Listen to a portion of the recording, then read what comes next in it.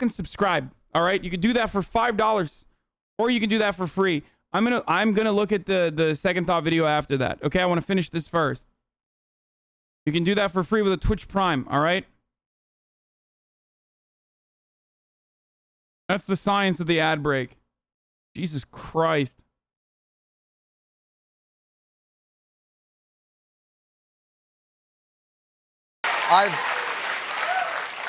I've been alone for so long.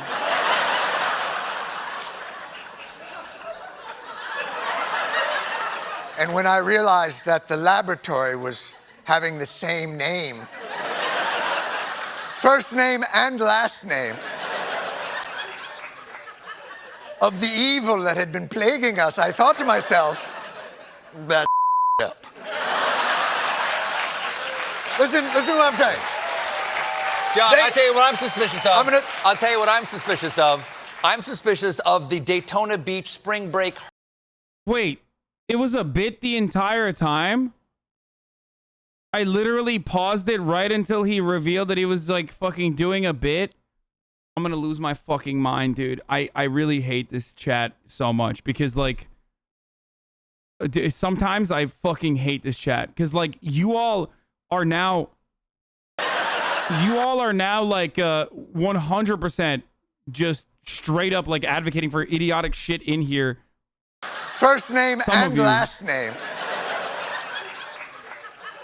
of the evil that had been plaguing us, I thought to myself, that's up.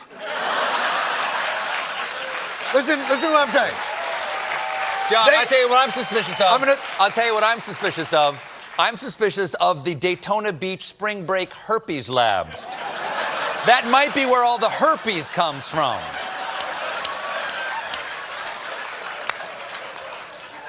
I've been to that lab. Oh, I know. I know. We have to take a brief break, John. What? Yes.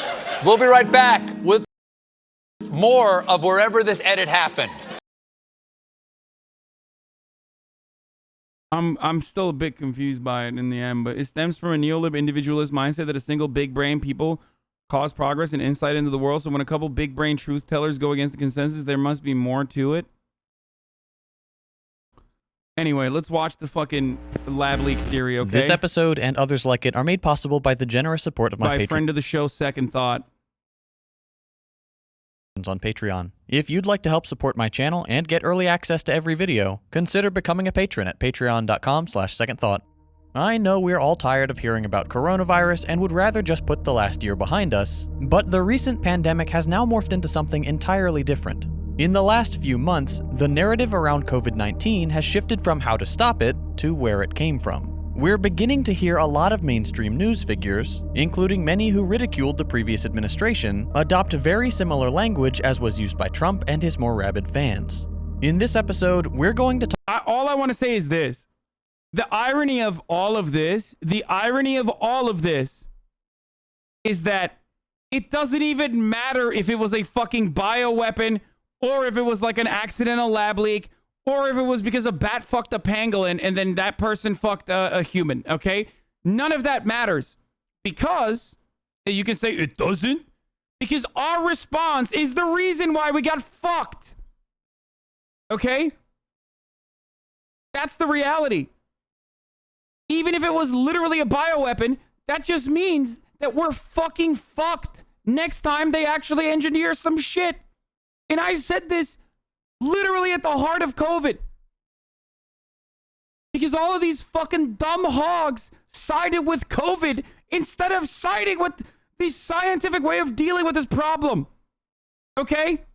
You can say what a horrible take all you want, but you think if we all were like, this is a bioweapon from China, you think that's what was going to get fucking idiotic hogs to agree with it? Those same hogs that don't believe the vaccine helps you, that believe that, you know, you will become a magnet, a human magnet if you get the vaccine, that it turns you gay and autistic. I think you're getting microchipped. I think you're getting sterilized. You think those hogs would have been like, oh man, I sure need to take COVID seriously. Fuck no. They didn't give a shit when 500,000 Americans died, dude. If you think that this would have changed anything, then you are delusional. And here's why. Because they were saying that at the time. They kept saying, this is man-made. It must be, it's China virus. China did this to us. And the hogs still didn't care. They didn't even care when Trump got it. So what the fuck are you saying? Holy shit. Talk about the resurgence of the lab leak hypothesis, what it means, and discuss the state of biological warfare capabilities around the world. Fairly early in the pandemic, a popular talking point on the political right was that the coronavirus had originated in a Chinese laboratory. Trump presented this hypothesis in his typical crass, casually racist. What does this dog should take? How would it matter if it was a lab leak? No, I'm saying it with respect to our efforts of dealing with COVID, it wouldn't have changed anything. That's my point. I don't care about, like, I don't mind researching the origins of a virus. That's idiotic. I've never said that. Of course, I think we should research it. Of course, we should figure out if it is if it was leaked out of a lab and reinforce level 4 security for these sorts of labs to ensure that this never happens again. If that's the case, I'm not saying we shouldn't research it. I've never said that. What I'm simply stating is none of that would have changed our horrifyingly bad response to this virus. Okay?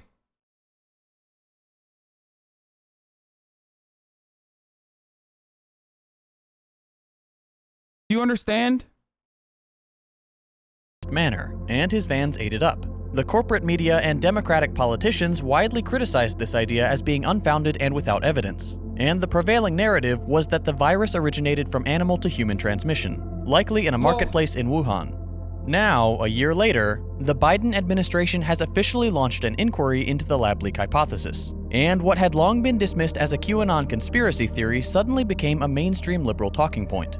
News networks like CNN and MSNBC are conducting daily panel discussions on the history of Chinese secrecy and biological research. While it has been funny to watch conservatives denounce their once dearly held hypothesis because liberals have adopted it, the shift in political and media rhetoric should be telling. Let's start with a few facts. Coronavirus most likely originated in Wuhan, China. There is a biological laboratory in Wuhan, which is located very near the markets which were the supposed origin of the disease. From Wuhan, it spread all over the world, with individual nations handling the crisis in their own way, some much more effectively than others. China was not terribly prompt with announcing the spread of the infection, which was irresponsible, though understandable if they thought they could contain it. Over the past year, more than 3.7 million people have died from the virus, the US leading the way with 612,000 deaths, nearly twice the number of the second worst affected country, India. The US COVID response was arguably the worst in the world, especially given the vast resources at our disposal, and hundreds of thousands of deaths could have been prevented if our government had acted promptly and effectively to contain the spread of the virus. So, why have both conservatives and now liberals latched onto the lab leak hypothesis? It has very little to do with finding the truth. In fact, it has everything to do with obscuring it, managing it. And that should be obvious with how quickly those in power have shifted their narrative when it suddenly became convenient for them. Over the last 15 months, we've been fed bits of information only when it was beneficial to American leadership and commercial interests, and not a moment before. First, there was supposed consensus that the virus came from infected bats, that there was no chance it came from a lab, that the US had no advanced knowledge of what was coming.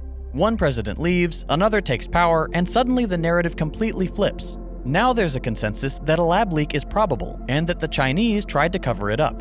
Where's the truth? Why are elected officials and the corporate media so hell-bent on managing the flow of information to the American people? As usual, it has to do with power. The US is actively gearing up for war with China, and they need to manufacture our consent. This is so obvious that no one should be surprised when it becomes official. We're following the exact same play. Here's the funniest argument. If we had known it came from a lab, I'm sure the hogs would have been fine wearing masks and they would have listened to health experts in the beginning. Like, Tom the Catman is saying that sarcastically, right? But that's kind of at the heart of this argument that, like, if we knew it came from a lab, we would have dealt with it differently. Like, well, then why didn't you listen to Donald Trump, who said it was from a lab? Because it's not like the government didn't say it was from a lab. The State Department said it was from a lab. Donald Trump said it was from a lab. The Republicans took it one step further and said this is a bioweapon from China, and yet the hogs still didn't listen. So clearly, that wouldn't have changed anything, okay? I know that person is memeing. So, but that's what I'm trying to say, is that, like, it wouldn't have changed anything. Playbook as in the lead up to the Iraq War. 24/7 media coverage. Serious words from politicians about democracy and freedom. The whole 9 yards. But what makes this instance different is that the US is implicated in the shady activity they're trying to pin on China. Now, before we go any further, we need to understand something called gain-of-function research. In biological laboratories, scientists sometimes engage in a particular area of research that involves altering an organism or disease in a way that changes its process of development, transmissibility, or types of carrier. Changes may be too soft a word, as gain-of-function research often aims to increase a pathogen's threat level. You may be thinking, okay, that's terrible. Why would anyone do that? But there is actually some value in this type of study. For example, if scientists managed to alter a pathogen in such a way that allowed it to infect an animal that previously couldn't transmit the disease, it could give them valuable insights into what specific parts of the pathogen cause it to accept certain hosts, which is an important step in developing antiviral medicines which block that function. Of course, this also comes with the risk of creating deadlier, mutant strains of disease that are harder to cure. Gain-of-function research is highly controversial, and with good reason. Theoretically, it could give us a head start on tackling future pandemics. But on the other hand, it could very easily lead to accidental infection and spread of mutant diseases. This, some independent researchers are beginning to suspect, is what happened with COVID-19. Scientists in biolabs around the world engage in this kind of research, and it's not uncommon for there to be accidents. But they were Chinese in doing it, so obviously they were bad and wrong for doing it. Can't be Chinese in doing gain-of-function research. Then it's a bioweapon, brother. For example, in the US, the frequency of lab incidents increased from 16 in 2004 to 269 in 2010. This, predictably, stems from a massive expansion in US biolabs both at home and stationed in other countries. The number of biolabs in the US alone Chinese safety codes in general are lower. Wow, that's interesting that you say that, because these sorts of virology institutes are still operated under the same fucking regulatory checks no matter what you say. So, while yes, the Chinese regulations are different, a lot of these are internationally funded. And again, no matter what happens, they have the same checks. A level 4 lab has the exact same kinds of security protocols all around the world. And the reason for that is literally because, once again, don't say no, they don't. That's really fucking stupid. Because they don't kill the people in China too, you fucking dinguses. Except for the space stuff. I know that people always say, oh, well, in space junk, China doesn't care. And they do a lot of fucking space junk. Okay. Space junk doesn't kill Chinese people. Not following the regular fucking, not following the regular lab protocols will literally kill Chinese people. But China is fine killing their own people, said the American. Jesus Christ. Increased from 400 in 2004 to 1,500 in 2014. There have been suggestions that Chinese scientists were infected with coronavirus as early as late 2019, well before the pandemic. Dude. H. Bizzle is such a fucking... Oh my god, dude. H. Bizzle, you, my friend, are doing the exact same thing that we fucking yelled about earlier. Oh my fucking god. Why? You're like an hour late. We already covered all this, okay? Just go back to the VOD and watch it. Pandemic became global news. These allegations have been denied. But what does this have to do with the US investigation? Well, according to some investigative journalists, China was cooperating with United States and World Health Organization officials on gain-of-function research related to the coronavirus. This was a fairly new development, as gain-of-function research had been paused during the... Motherfucker was like watching Buddha all day, play roleplay, only to come back here to send me a fucking Wall Street Journal piece again. Obama administration, but was later restarted under Trump. This is a big deal, not only because it lends credence to the lab leak theory, but because it implicates top World Health Organization scientists as well as high-profile American medical professionals like Dr. Anthony Fauci. If this is actually the case, if the US and China were working together on gain-of-function research on the coronavirus, if the US was funding it as the reporting claims, then it makes perfect sense that the corporate media and both administrations have worked so diligently to control the narrative. They need to keep up the pressure on China to manufacture consent for war, but they don't want the US to be implicated in the crisis. It's damage control. What's particularly suspicious is that the World Health Organization has appointed Peter Daszak, the president of the EcoHealth Alliance, as the primary investigator into the lab leak hypothesis. Why is this suspicious? Because EcoHealth was reportedly the source of the US funding for China's gain-of-function research. That's like having a police station investigate itself for police brutality. They're going to say it didn't happen. This is likely the US's way of preparing to denounce China for criminal negligence while distancing themselves from the blame. It's no wonder China isn't being cooperative with the US if the investigation really is a sham. To draw a fairly recent parallel, this saga is like the Mueller report all over again. Highly publicized, very dramatic, involving high-profile investigations, and will probably yield an inconclusive verdict in the hopes that the public will just kind of accept it and move on. As a side note, some of these details are also being loudly proclaimed by some of the most detestable right-wing figures in America, but they're doing it simply to own the libs. Any real evaluation of the situation must come with a material analysis of power and how it is wielded in the United States. As far as outcomes go, if I had to guess, my money would be on any eventual... Do you believe what he's saying, that the U.S. is actively gearing up to declare war on China? I think that the U.S. is already engaging in Cold War with China. Like, it's already starting. I think we're there already. Like, I didn't really cover this, but I think it was last week where a bipartisan bill passed that gave billions of dollars to specific manufacturers and R&D that not a single person fucking criticized. We immediately did that. It was to start manufacturing our own technology for the same microchips that we currently get from Taiwan and China. And the reason for that was because we wanted to no longer rely on China for some of this technology. It's not a bad thing. I'm not saying it's a bad thing, but it's kind of similar to NASA in the space race against the USSR. Like, we are already working on semiconductors. We're already working on, like, building our own 5G towers, things like that, in an effort to ensure that, like, we don't rely on the Chinese manufacturers for our supply chain, our over-reliance on Chinese manufacturers for our supply chain. That is, there's only one reason for that, and that is to gear up for, you know, competition between us and China. I don't have a problem with I don't have a problem with, like, adding additional funds to American R&D. But part of the reason why we're doing that is because we don't want to, because there's a shortage of microchip manufacturing, and as a result, there are a lot of other industries that are losing profits. Yeah, I do think that it's not going to be all-out war. It's going to be like the Cold War. Potentially.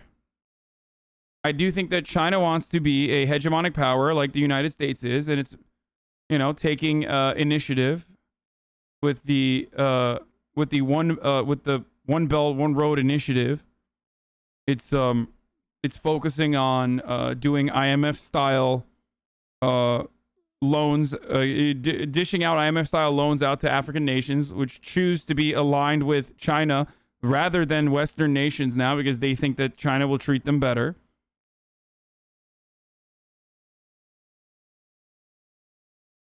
And we're already engaging in, like, somewhat proxy wars in Africa to begin with. And I think that we are already at the throes of, like, the next Cold War against China.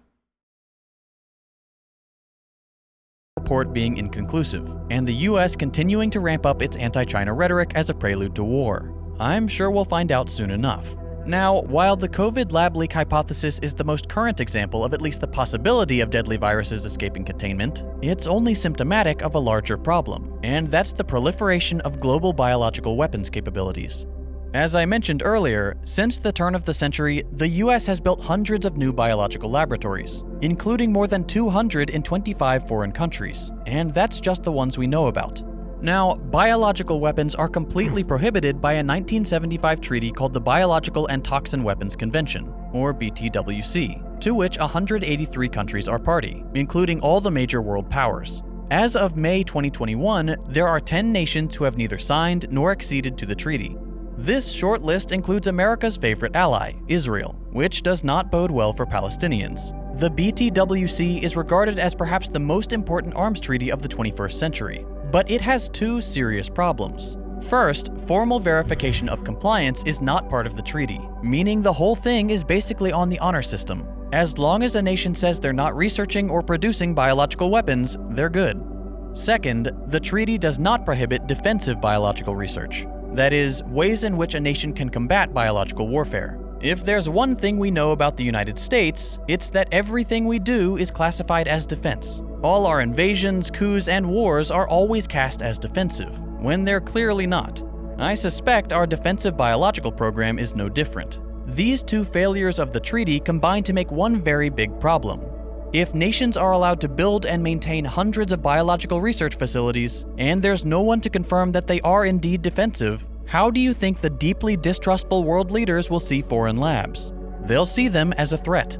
They'll assume their enemies are concocting deadly biological weapons, and they'll feel pressured to do the same. It's a similar problem to nuclear proliferation. If that country over there has nukes, I better have some too. Except it's worse because unarmed nukes can't silently infect people and escape the military base. Pathogens and diseases can. The history of biological weapons is secretive and terrifying. Back in the 60s, the world's major powers had reportedly developed enough bioweapons to kill every single person on Earth. Frankly, we got very lucky. One of the more well-known US biowarfare labs is the top-secret Dugway Proving Ground. Established in 1942 to test biological and chemical weapons, and located on over 800,000 acres of Utah desert, roughly the size of Rhode Island, much of Dugway's history and activity remains a closely guarded secret. But there are some incidents that have become public knowledge. Okay, I think this is like way overboard, okay? I mean, the United States is absolutely fucking lost nukes. That's like a thing that we've done numerous times. We've always been really careless with the way that we deal with this sort of shit. But I think this is like overboard with countries that are like developing bioweapons in secrecy in an effort to fight against one another, with the underlying assumption that like everyone is actually developing bioweapons. Partially because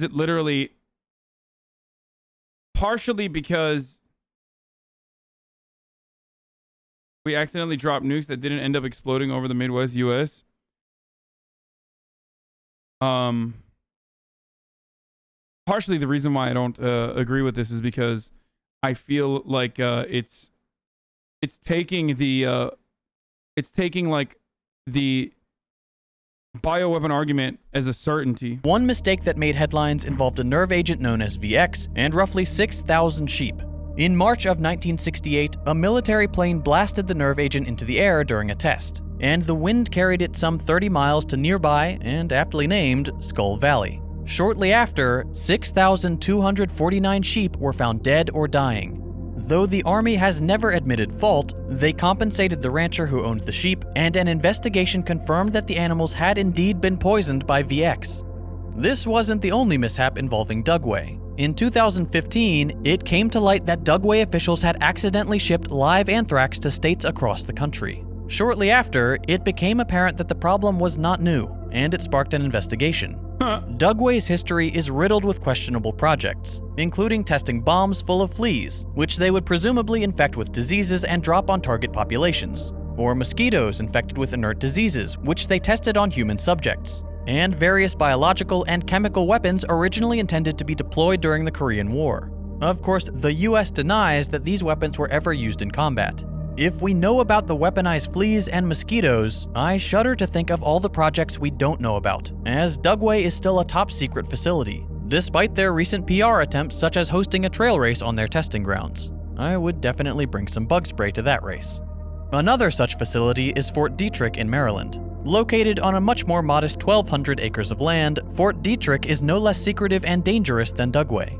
During World War II, personnel at the installation produced 5,000 anthrax bombs for the military, though they were supposedly never used.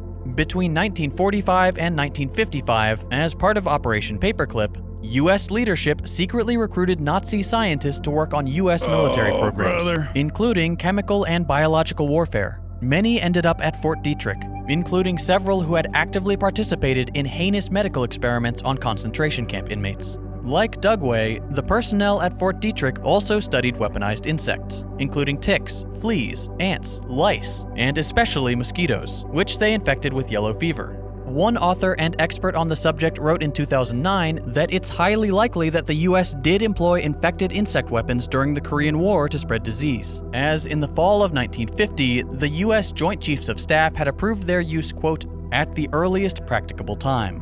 During the 1950s, the installation conducted countless experiments involving biological agents on human subjects, who, according to the official record, were all volunteers. Today, like all the US's biolabs, Fort Detrick supposedly conducts only defensive programs, and has stopped production of any biological or chemical weapons. Hopefully that's actually the case, though I think it's wise to be skeptical. And even if the US and all the other nations party to the treaty have remained honest since the 1970s, the threat of accidental leaks and exposure remains. Case in point, activity at Fort Detrick was temporarily suspended in 2019 for numerous breaches in protocol and violations of federal procedure. This is why they say, like, this is like the leftist version of lab leak, by the way. I mean, everything he said up to this point is true, but the notion that like Fort Detrick was actually responsible for COVID is something that I've seen in like leftist circles, like some leftist circles. And it's like low-key what China's counter to the American propaganda was. He's not saying that, I don't think. In the CDC's report, which contains extensive redacted sections for supposed national security reasons, they cite 6 departures from the federal regulations for handling select agents and toxins, as well as failure to implement biosafety and containment procedures. Biolabs, especially those designated BSL-4, or Biosecurity Level 4, routinely house incredibly dangerous pathogens, including some that have no known cure and have the potential to be far deadlier than COVID. With so many facilities and so much secrecy, leaks are only becoming more likely, and an unwillingness of the involved nations to announce their mistakes will make for disastrous future pandemics. This governmental malpractice is something that everyone, regardless of political beliefs, should be against. Blindly following your preferred American political tribe is foolish, as we've seen clear evidence of Republican and Democratic talking points switching when it becomes convenient for those in power, and the corporate media dutifully promotes their propaganda. This topic is one of those things that sounds conspiratorial when you really get into it, but a little bit of historical reading will show you that reality is often far more bizarre than any conspiracy theory. The things that the world's governments get up to, and the propaganda campaigns they produce, are insidious, sophisticated, and constant. I know this may seem bleak, and I know some people think my videos are too depressing, but it's important to be aware of these things. It's not hopeless. Okay, level 4 labs have the same security protocols across the board, okay? No matter where you are. And they do get checked by international authorities, or they're supposed to. Now, you can make the argument that why would China, who lied to the World Health Organization originally, not lie about their security protocols? Well, the reason why level 4 labs, which is a security, which is like a metric of like how much security exists in it, why would a level 4 lab not abide by the same security principles in China? Well, the reason why they would follow, yes, BSL-4, level 4, whatever, biosafety level requirements. Why would they follow through on those same security protocols? Because bioweapons, just like what we saw, just like COVID, if it was a bioweapon, will fucking wipe out an untold amount of people because you don't fucking know. You don't know what can happen. especially if you're doing gain of function research in said labs, if it were to fucking leak. Do you understand?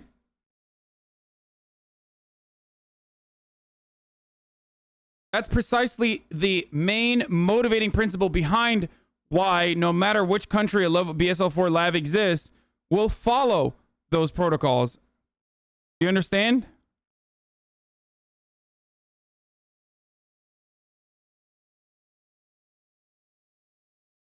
There's always something normal people can do to affect positive change, but it has to start with concrete analysis. Who are the involved players? Who stands to benefit from a certain narrative? The most critical thing any of us can do is to determine the fundamental aspects of any given problem, to understand its inherent contradictions. Only then can we act in a way that is informed and that drives us towards positive change. If this most recent pandemic did originate in a biological laboratory, I feel very confident in saying it was not intentional. There's no need to stoke fears about outright biological warfare. Working with pathogens is very risky, and it might be worth having a serious international conversation about the benefits and the risks of such programs. Why do we even have these labs? Seems a little unnecessary playing with fire. We have these labs because we need to experiment on these diseases to fucking make sure that we are ready and prepared, dude. It's science. Like, just because you don't fucking understand it doesn't mean we should stop scientists from trying to innovate. It's not the same reason why we have nukes, motherfuckers. That is literally not the same. Like, how do you think we got COVID vaccines, dude? Why do we have...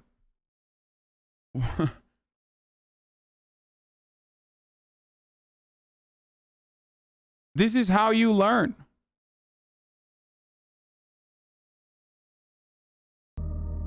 I mentioned at the beginning of this video that this kind of content is made possible by my Patreon. Because we gonna die, man?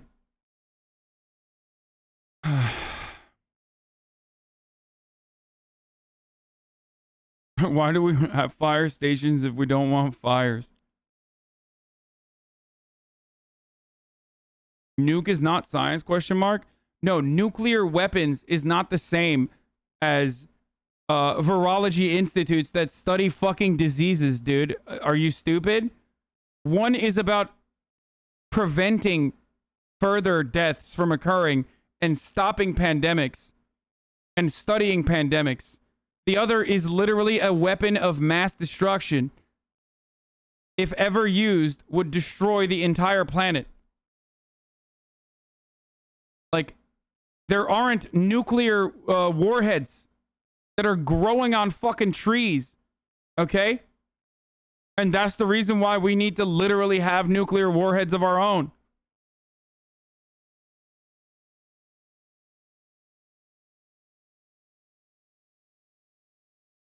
Bro, I literally don't understand how you just like thought that was a good take. I don't understand why you said that thinking that that was a good take.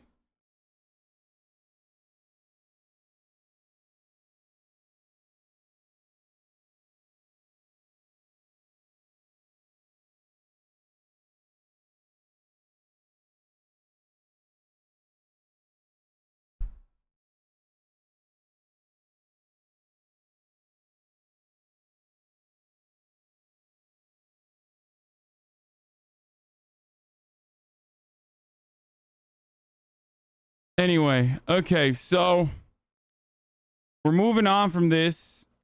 I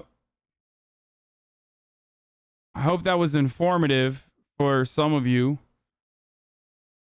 I want to point this out again. Don't get suckered into like arguing with people about whether this was a fucking like man-made leak or something like that, or man-made virus.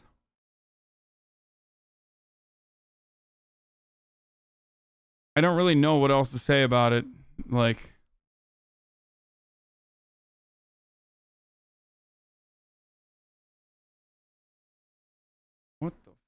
what is up with my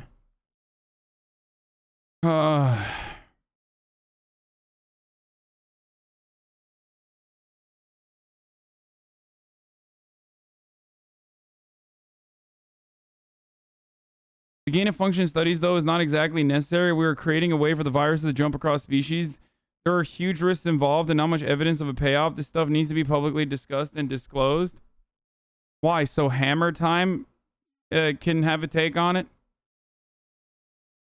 Like, I mean, I don't have a problem with, like, you know, the scientific community talking about the efficacy of gain of function research, but I'm pretty sure I don't want someone like you having a say on the matter.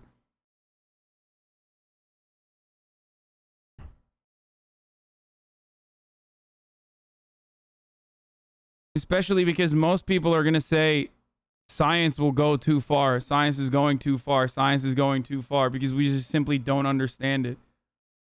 I guess I'm a sheep with respect to that.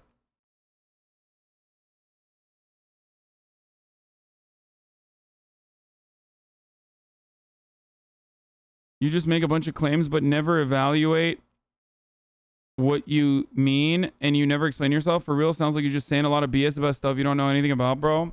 Oh, for real, bro?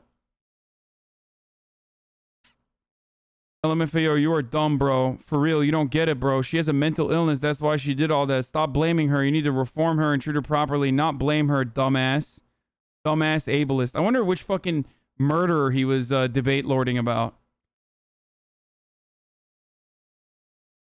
So why did they develop it as weapons? Why not research on solutions to that stuff? Why do they have to develop weapons, bro? That was the incredible take that I had no answer for.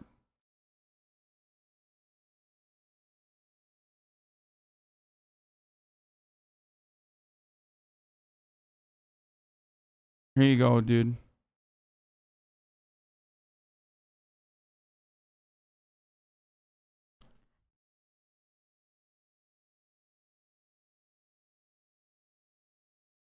The Joe Rogan Experience.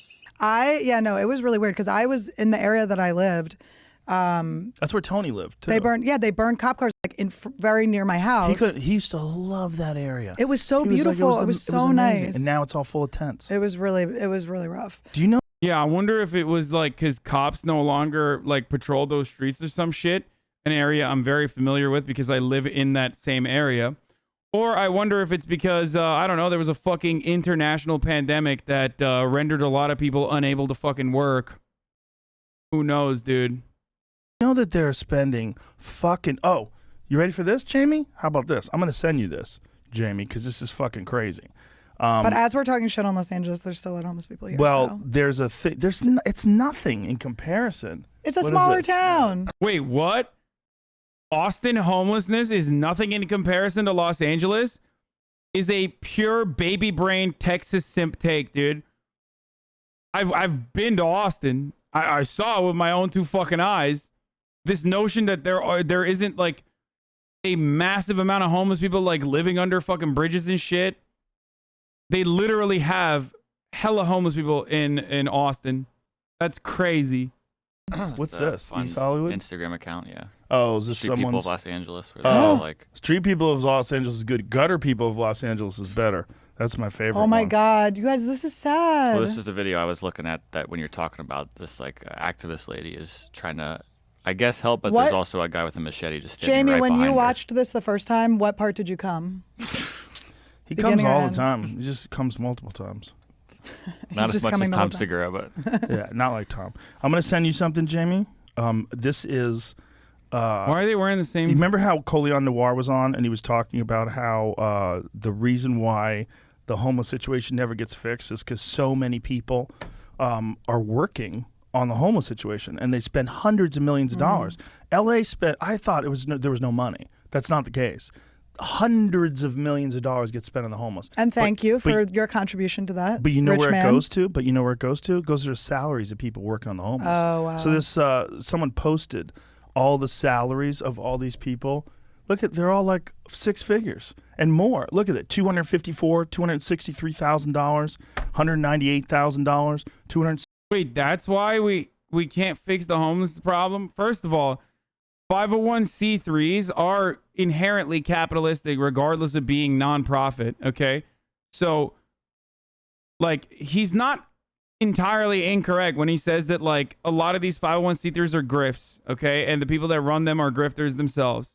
So there is absolutely truth to that. But the real reason why this problem is pervasive and is unmanageable isn't because people are fucking lining up their pockets with the money. Wait, hold on. I need to see what these prices are. $64,000. Like, wait, he's saying that, like, these are the Homeless Services Authority salaries, right? He's saying that, like,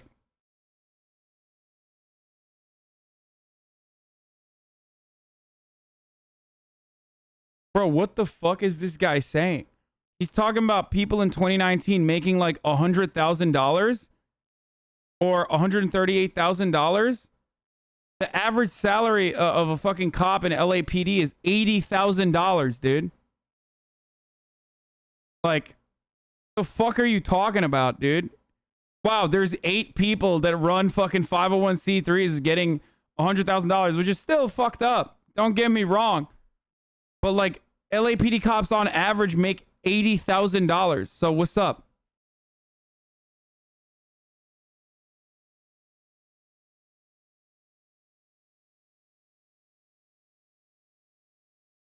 Wait, this guy, what the fuck?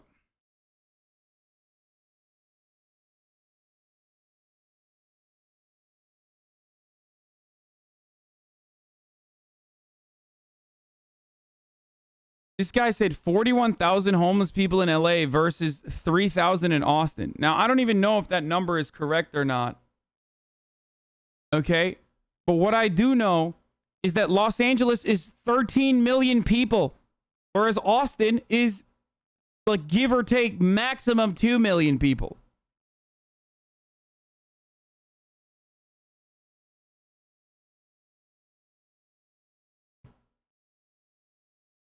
So what the fuck are you saying?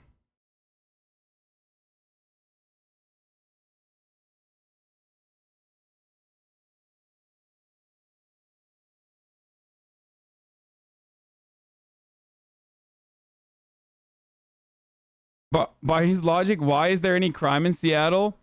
1,326 SPD employees made 6 figures or more, while 364 employees earned over $200,000 last year.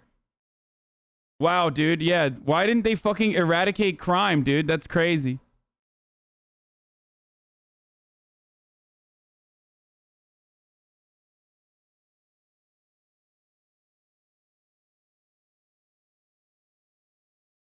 They make a shitload of money. You would think it is a job you would want to pay people a lot because you want like great mind. This is results. This is a puzzle. Like, this is a puzzle someone needs to solve. But you want results. When you get no results, you shouldn't get that much money. Exactly. And there's too many people. There should be like a committee of 5 people that are experts. You need a lot of people to deal with the homeless situation in LA. It's 100,000 homeless people. You have Boulder, Colorado in LA in homeless. Like, take the entire population of Boulder and make it homeless and then put it in LA. Boulder's so the opposite of that. Boulder's just these gorgeous, fit hikers. Yeah. They're hot, but they're wearing those like toe shoes and like Tevas so you wouldn't bang them, but you're like, I understand. They're taking like a yoga mat to the top of a cliff. They got a yoga mat. They're wearing Joe Rogan fanny pack. This is a story I heard on the LA News that they bought these things for the homeless shelter situation, and they were just hanging out near a Dodger Stadium unused until someone found them with like a drone one day. You know what? That's not going to fix anything either, man. I want one of those. So he's not wrong. The weird part about this, like, it's like a ape brain take, like libertarian ape brain, but he's not wrong. Giving homeless people like fucking a couple RVs is not going to solve the problem. Just like, yes, some people who run 501c3s do make a lot of money because they are grifters.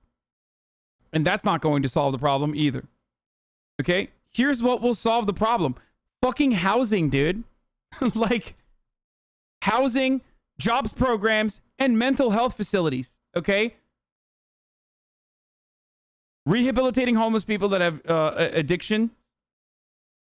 Offering them the mental health treatment that they need, giving them housing, and then also offering them jobs programs and training programs and jobs programs. Are you a YIMBY now? I hate this NIMBY YIMBY shit. It's like so fucking stupid. not only am I on board with like building actual fucking public housing, okay, but also on top of that, I'm on board with one step further, repurposing houses that are not being used, taxing people for sitting on properties out the fucking ass with land value taxes if they do not actually, you know,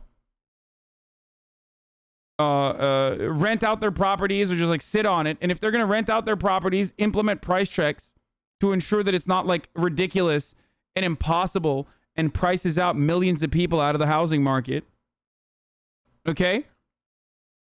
But the notion of like YIMBYhood is so fucking moronic because there are new developments happening all the time in Los Angeles and in San Francisco.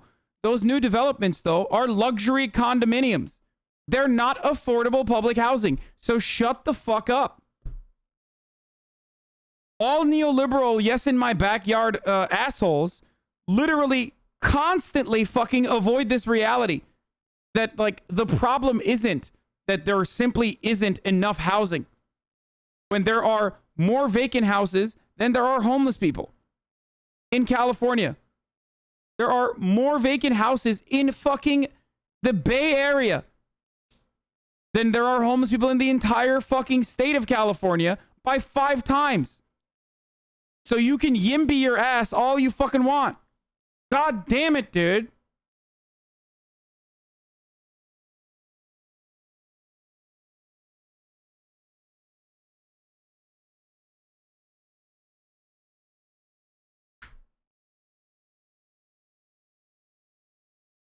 It's so stupid. So don't build houses? No, I'm down to fucking build houses. What's really annoying is that like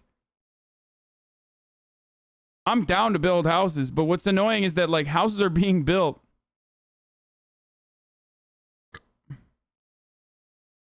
Houses are being built, and yet they're not being built for homeless people or even affordable housing. Spend a bunch of money on it. Right, but so then you're going to get homeless people, and they're going to live in these things. They're going to make it so however the way nasty. they want to. This guy's talking about. They're going to live. Isn't project housing, public housing? Projects aren't a good place to be. Dude, is this guy memeing? Fucking 11-month subscriber? He's joking, right?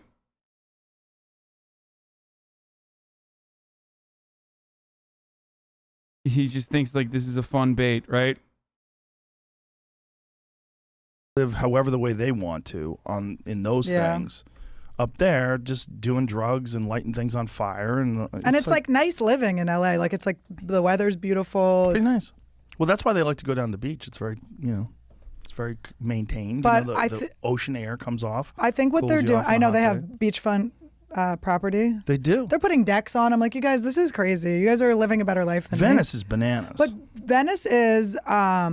I think they did something where you can't loiter or litter or something. So now the homeless people are like cleaning. It's like cleaner. What the fuck? Or they can arrest them. So you now can't camp. How about that? Get the fuck out of here. Yeah. And you know what's weird? You know what I noticed the other day? Okay, that's literally what Austin is doing now, by the way. That's what Texas is doing. Texas was like, we're going to help the homeless. We're going to put them in hotels. We're going to help them as best as we can.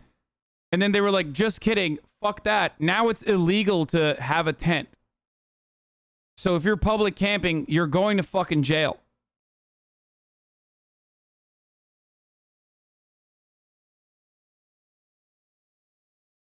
Just figure it out, dude. Just figure it out, bro. Figure it out, bro. Just like fucking figure it out, dude. I don't get it. Like, how much is a house? Like $800,000 in Austin or some shit? Whatever, dude. If I can buy one, you can too, dude. Fucking pick yourself up by your bootstraps, brother. What the fuck? There's people that are not quite homeless yet. That's how you know. It's like these are drug addicts. Like it's like people that are not. You see them like leaning into that life, where you're like, if they weren't allowed to camp, they would. That, by the way, for the record, someone said camping is illegal in Germany as well. But then again, we have public housing. I don't mind making public camping illegal as long as you have fucking public housing for every person without a house. Okay.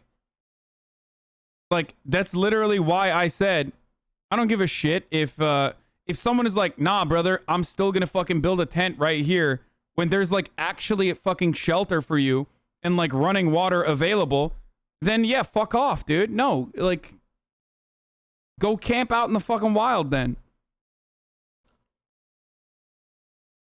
But only if there is public housing available. Like, you know what I mean?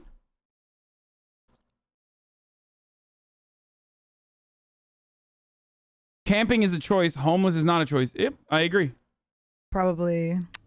It's just get their shit together. The whole thing is dumb. You can't allow But you people to also have just homeless camp people. on streets in the middle of nowhere. You just can't. You just can't. In the middle of your streets, Yeah. put tents up. You just can't allow that. You know, they passed a ban on it here, and today is supposed to be the day that the second phase goes into effect. I was going to say, because I can't allow my king to tell me there's no homeless people in his town. No, there's homeless people. There's just not a lot. Yes, there are. No, there's 2,000. Dude, dude, he is delirious, dude. That's fucking nuts, dude. I don't believe that there's only 3,000 homeless people in Austin. Okay? I'm sorry. That is like the homelessness in Austin numbers. There's been an 11% increase in homelessness count. There is 0% chance that that's true. It is significantly undercounted. He said 2,000, but it's not even, that's not even true. It's actually 3,000 if you look at like official numbers. Okay? And it's the same problem exists in Los Angeles as well. Okay? Unless they mean like literally the fucking tent cities in downtown Austin or near like, you know, near the Capitol and shit like that. It was a stupid take. Acting like 2,000 people isn't a lot. If you've been to Texas, you will know that it's not just 2,000 people. 2,000 to 3,000. It's a small place. Yeah. I see them everywhere. Well, there's a lot. I mean, in terms of like, I'm telling you, I saw this visually, obese but homeless not- woman, bottomless, running across. I mean, the amount of vaginas I see in this goddamn business. But she was running across wearing a mask. I was like, I was promised no mask and no homeless people, and I'm getting a mixture of both. Catch new episodes. Oh, Jesus. Here in BC, a house downtown is $2 million. Then there are people camping on a public park around for free, building some sort of drug empire. What? Drug empire? What the fuck? Building some sort of drug empire, this guy said.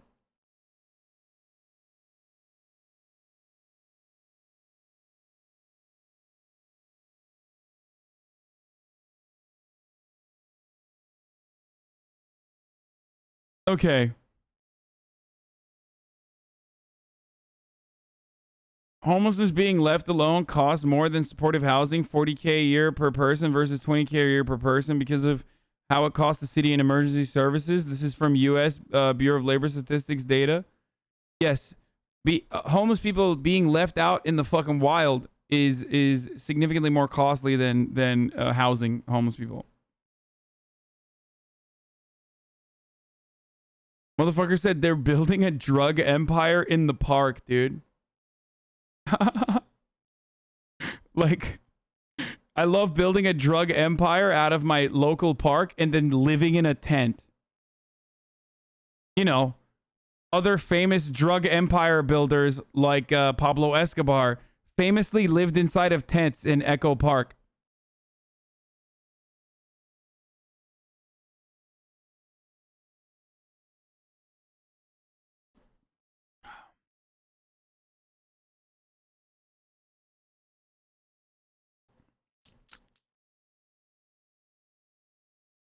I know that dude is talking about this. Literally some politicians' takes.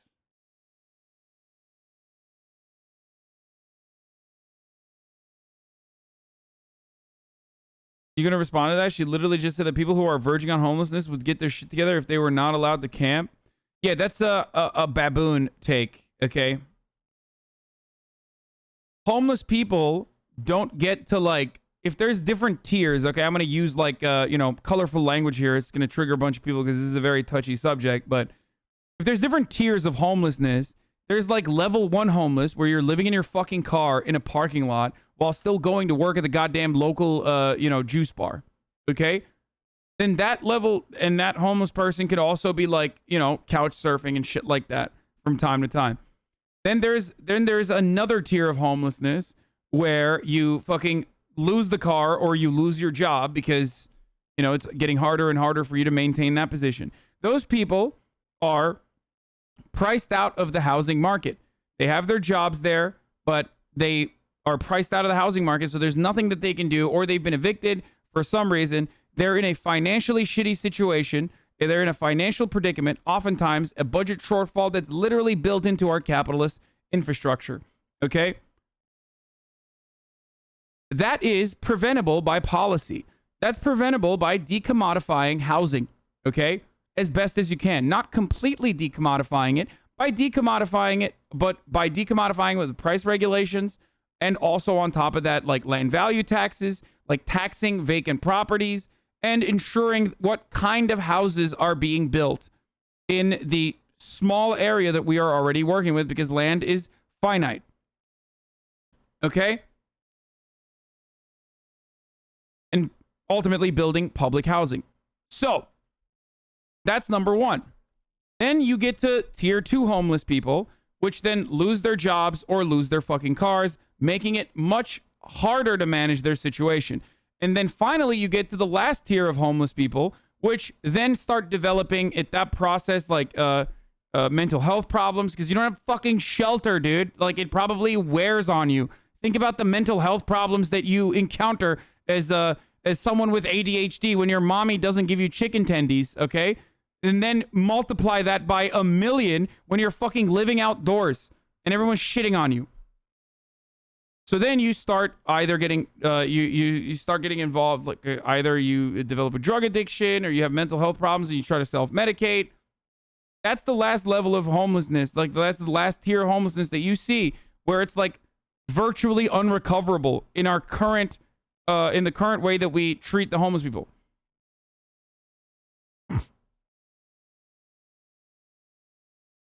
The system itself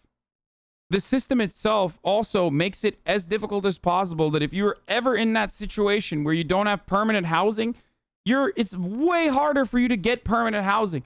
Everybody's going to be like, where have you been living? Oh, you've been living out of your car? Yeah, fuck off. Like, I have income that I can show. And because I don't have a good credit score until recently, it was difficult for me to fucking rent. Even if I was like, dog, I will literally pay the 12 months rent ahead of time. And renters or landlords are still like, it doesn't matter, dude. You need to have credit. So it's ridiculous. The system is like completely fucking broken. Okay? It's also difficult to get a job if you don't have a place that you live out of.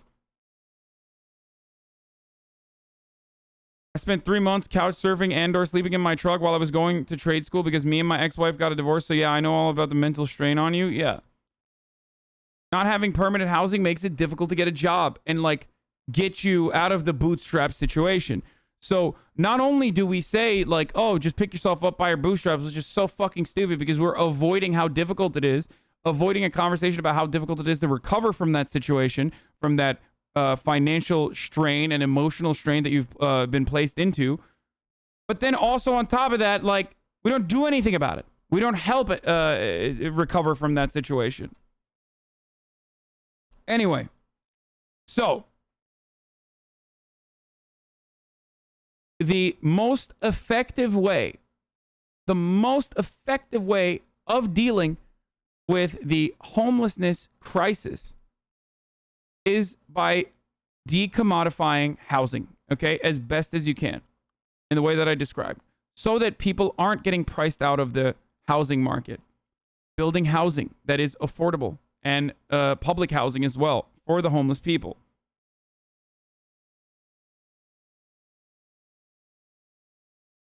Hassan, why would you say every homeless person is a drugged up junkie? It's wrong, and congrats on beating the Nameless King. Oh, good one.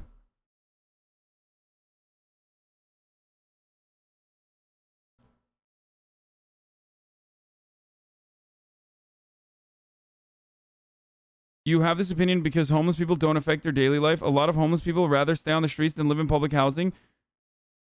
What? Their needles, use condoms, shit, hep C, ruin literally everything? What? Did you just fucking say that homeless people would rather... I agree with Rogan on this one. You think that homeless people would rather fucking live on the streets than have a roof over their